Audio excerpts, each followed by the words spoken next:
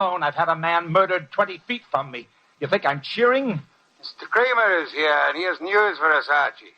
He could not locate Cross and Halleck in their apartment. They had not been home all day. The maid informed him that she was waiting for her weekly salary. Well, so what? She was most angry and peppery, Mr. Kramer informs me. Red pepper? Exactly. Okay, maybe I know what you mean. I'll try to deliver the goods this time. Goodbye.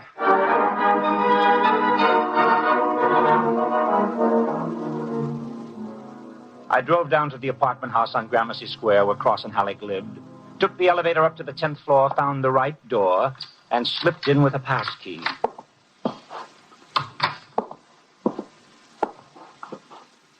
Come on out. Come out wherever you are. I know you're in here. You fooled Kramer pretending to be the maid, but you didn't fool Wolf. You'd better... Gloria! Now, cut it out, you idiot. Lay off. Archie, you dope. Archie Goodwin from Nero Wolf's office. Remember me? Let go. Give me the gun, Gloria. Give it to me. That's right. Who did you think I was? Halleck. Oh, brilliant. So Wolf figured you out, huh? Oh, you are a brave girl. They killed your father. You came up here and waited for them. You were going to kill them right back, huh? Oh, that red-headed temper. And you bluffed Kramer into thinking you were the maid. I had to do something. It was the only thing I could think of. To come here and kill him. Well, you're coming home with Archie. And just remember one thing. When Wolf's working for you, don't try to do any thinking. It only gets in Wolf's way.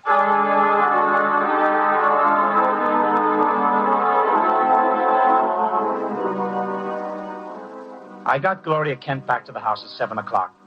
I parked the car, brought her into the office, and got the shock of my life. There was a convention on. Wolf was there, with Inspector Kramer representing the cops. Cross, Halleck, and Sanford were there representing the crooks. When Kramer saw Gloria, he scowled first at her and then at Wolf. So it was a slick one after all, Wolf. You didn't have the girl. You had no intention of producing her. Please, Mr. Kramer, that can wait. There are other matters more important. I dine at 8. That leaves me 1 hour to solve your murders. Murders? More than one? Yes, 2. Elmer Rodman. By heaven, Goodwin, if you... Please, Mr. Kramer, not now. First, Miss Kent. Good evening, Miss Kent. I presume you have met these gentlemen, Cross, Halleck, and Sanford? Yeah, I'll take your purse, please. Huh? Well, why? Don't think me as naive as Mr. Goodwin, miss. When you left your home after the murder of your father, you took the map and letters with you. They are in your purse well, now. That's true. Archie, the purse. Thank you. We have here an interesting situation. There exist some old letters and map, forged and fraudulent, which are worth $10,000 and more to Cross and Halleck and worth 2 murders to a killer. Why? There must be something of great value in the letters. Yes, such as? Something which Mr. Sanford could not see, although he worked on the document closely. Yet something which could be made manifest. What is the answer, Miss Kent? You know it? I swear I don't. Secret writing, Archie. Bring the chafing dish from the dining room. Right.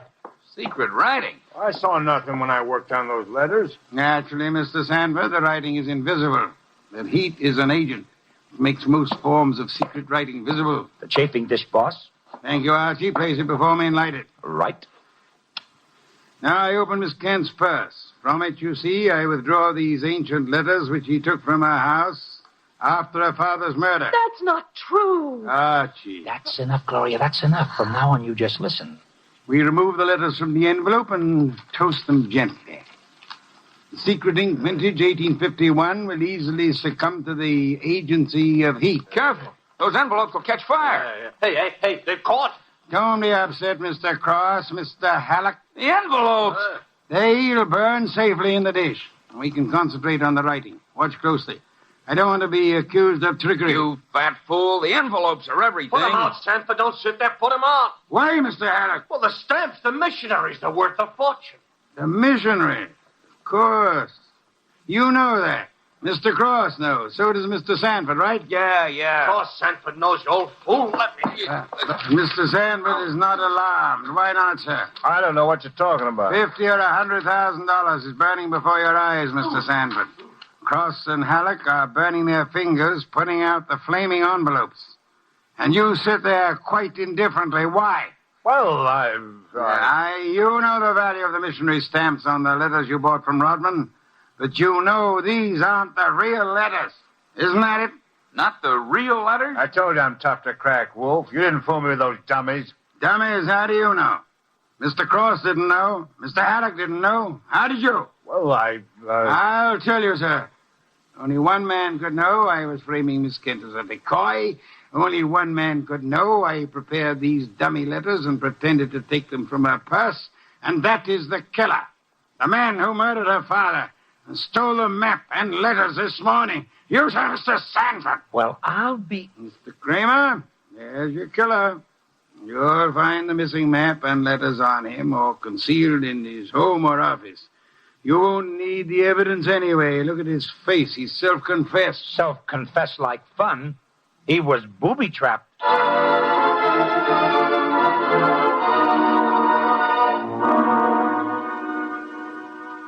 No, Mr. Kramer. Not a complicated case, really. Very simple. Elmer Rodman sold a packet of old family letters to the swindlers for a small sum.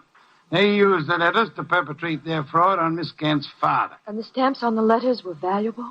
They were a special Hawaiian issue 1851, Miss Kent. Nicknamed missionaries, because missionaries used them for writing home. They are extremely rare stamps worth upward of $25,000 each. Hey, no wonder they were worth 2 murders. We found 5 of them on Sanford. Excellent. Somewhere or other, Rodman discovered the value of the stamps after he sold the letters. In his effort to get them back, he communicated his discovery to the swindlers, Cross, Halleck, and Sanford. So that's why they refunded the money so fast. Precisely, in an effort to have the sale rescinded. Rodman sought out Kent and tried to convince him of the fraud. Alas, he would not listen to the truth, Mr. Kramer. Oh, I get it. And while the others were hassling around, Sanford tried to steal a march and quietly resorted to murder. There you have it. Ha-ha! Great job, boss. Great job. So Gloria not only gets her 10 grand back, but 5 times 25, which is about 125,000 worth of goodies. Now, figuring your rates by the hour, that means you've done a gratis job worth about... Miss Kent, I did not know will I demand a large fee for what I have done. I will not go back on my word. But I can beg for a favor. I'll only be too happy to... Wait. I ask something that will not be easy to grant. What is it? Will you use your red hair, your pretty face, your admirable figure, and your ample fortune to lure Mr. Goodwin away from this house tonight? I would like to enjoy my dinner in peace. That won't be difficult, Mr. Wolf. Let's have an understanding right now, Gloria. Difficult for you or for me? I'll be delighted. Indeed. To spend an evening with Mr. Goodwin, there is only one word for you, Miss Kent. Intrepid.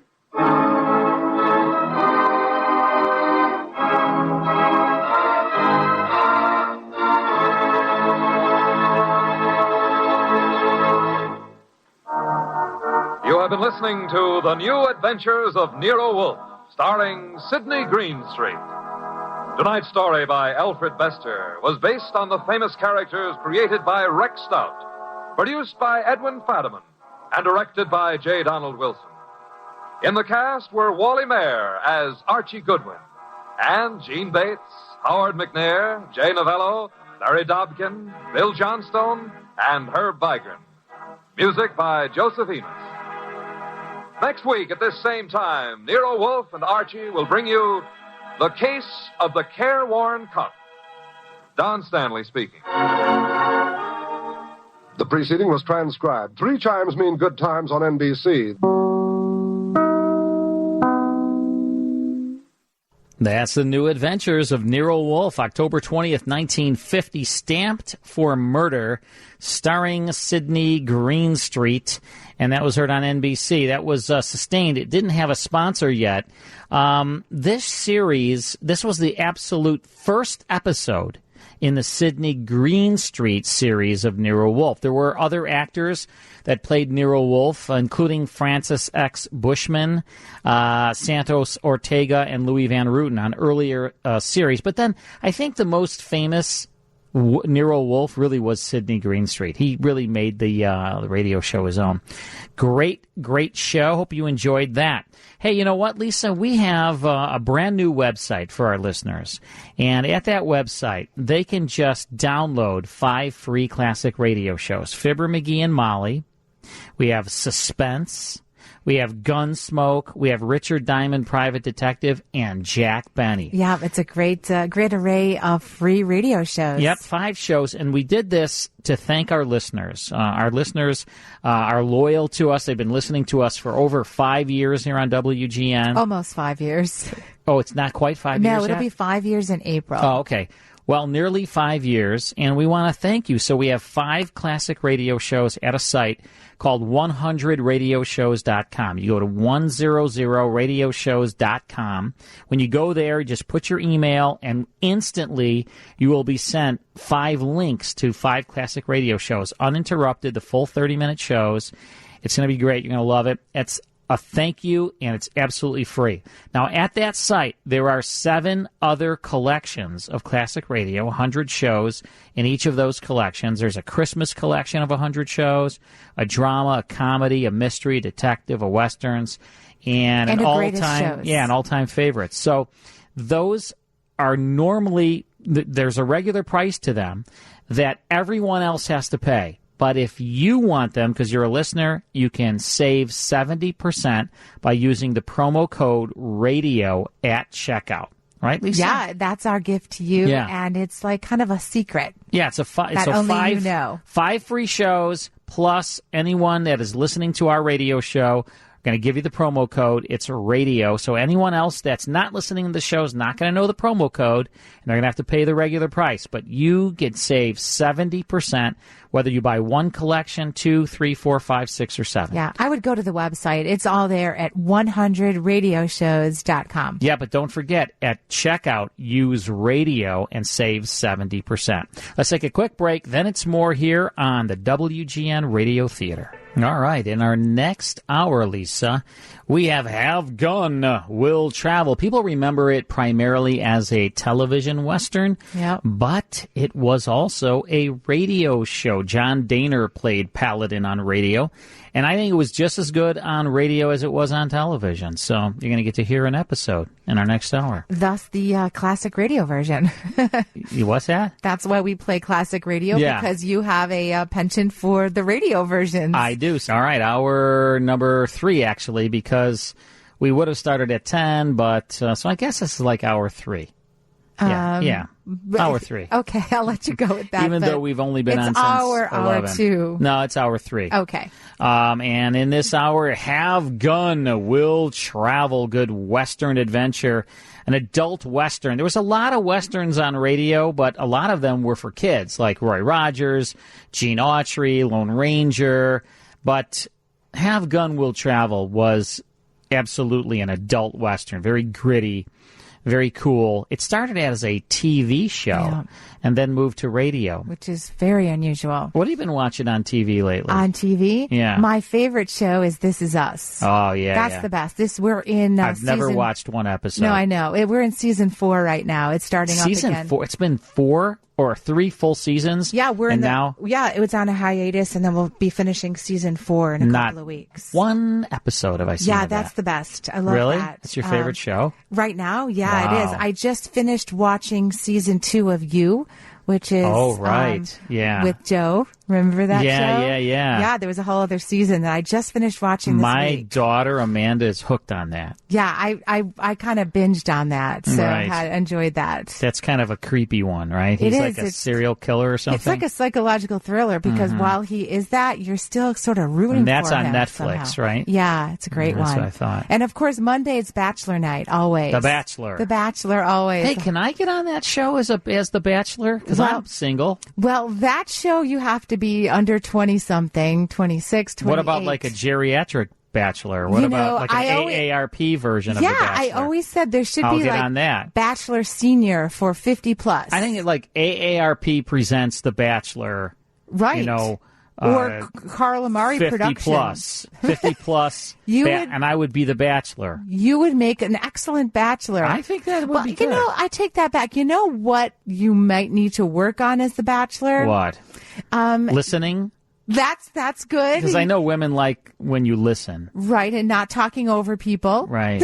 I got to try that. Like co-hosts. I'm going to try that. And on